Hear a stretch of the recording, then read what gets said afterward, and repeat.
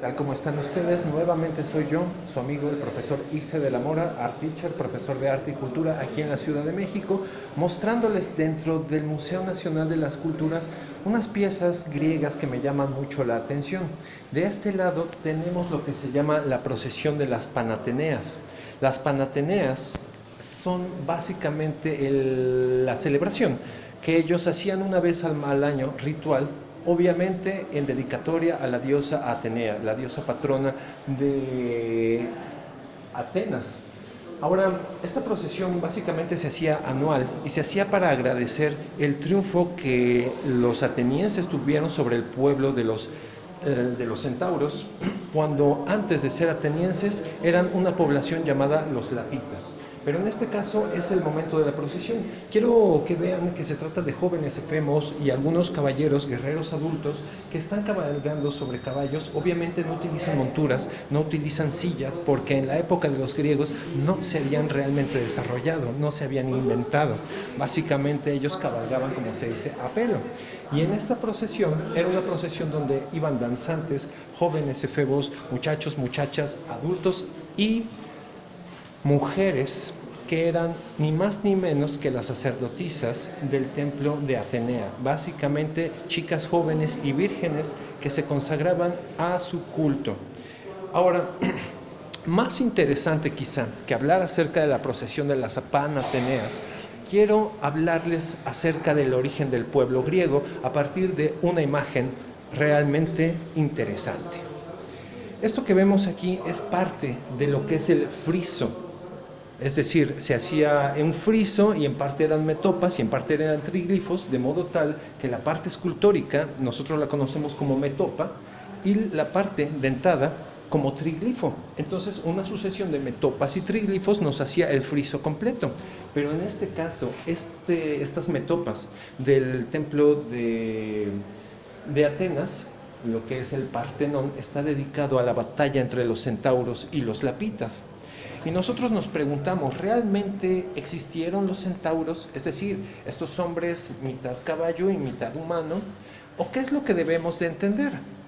Según el historiador Robert Graves, quien escribió muchos libros en torno a la antigua Grecia, por ejemplo, como la mitología o los mitos de la antigua Grecia, o como por ejemplo el Vellocino de Oro, que habla acerca de la conquista entre Occidente y Oriente, y del hurto del Vellocino de Oro, que hizo ni más ni menos que Jasón junto con los argonautas, y del robo de la princesa Medea, que posteriormente los troyanos, siglos después, se vendrían a cobrar con el robo de la princesa Helena de Troya. Entonces, bueno, aquí me llama mucho la atención que ustedes vean esta batalla entre los centauros y los lapitas. Y según Robert Graves, ¿qué podemos entender por estos seres mitológicos, mitad hombre y mitad caballo? ¿Realmente eran hombres caballo? Bueno, según la anécdota nos dice que en el lugar donde se encuentra Atenas, era asolado por una tribu de hombres que se dedicaban a la domesticación y obviamente pues sí, a la crianza de los caballos salvajes. Eran tan buenos y todo el tiempo andaban sobre de ellos que tenían azoradas a las provincias y sobre todo a los pueblos que no tenían ese nivel de desarrollo. Entonces, los que vivían allí, los que eran oriundos, eran un pueblo de origen pelágico, es decir, los originarios griegos, continentales, y en este caso, esos pueblos pelasgos recibían el nombre de lapitas.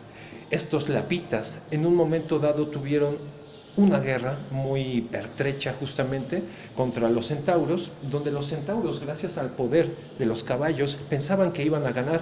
Sin embargo, ellos hicieron dos cosas, los lapitas, para poder contener y más aún desterrar de esas tierras a los centauros.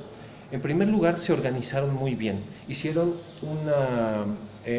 una guardia nacional que a final de cuentas funcionó como un cuerpo, digamos, de soldados que defendía la ciudad, y posteriormente edificaron un templo en honor a la diosa Atenea, es decir, a la diosa de la guerra y de la sabiduría en la cual ellos creían.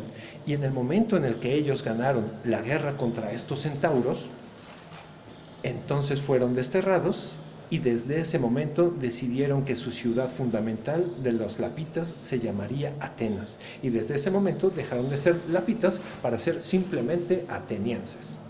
Esa es la historia, amigos. Interesante, ¿no les parece? Bueno, sería todo por mi parte de momento. Quédense aquí en este canal, Ciudad de México, Rincón de Maravillas. Hasta la próxima.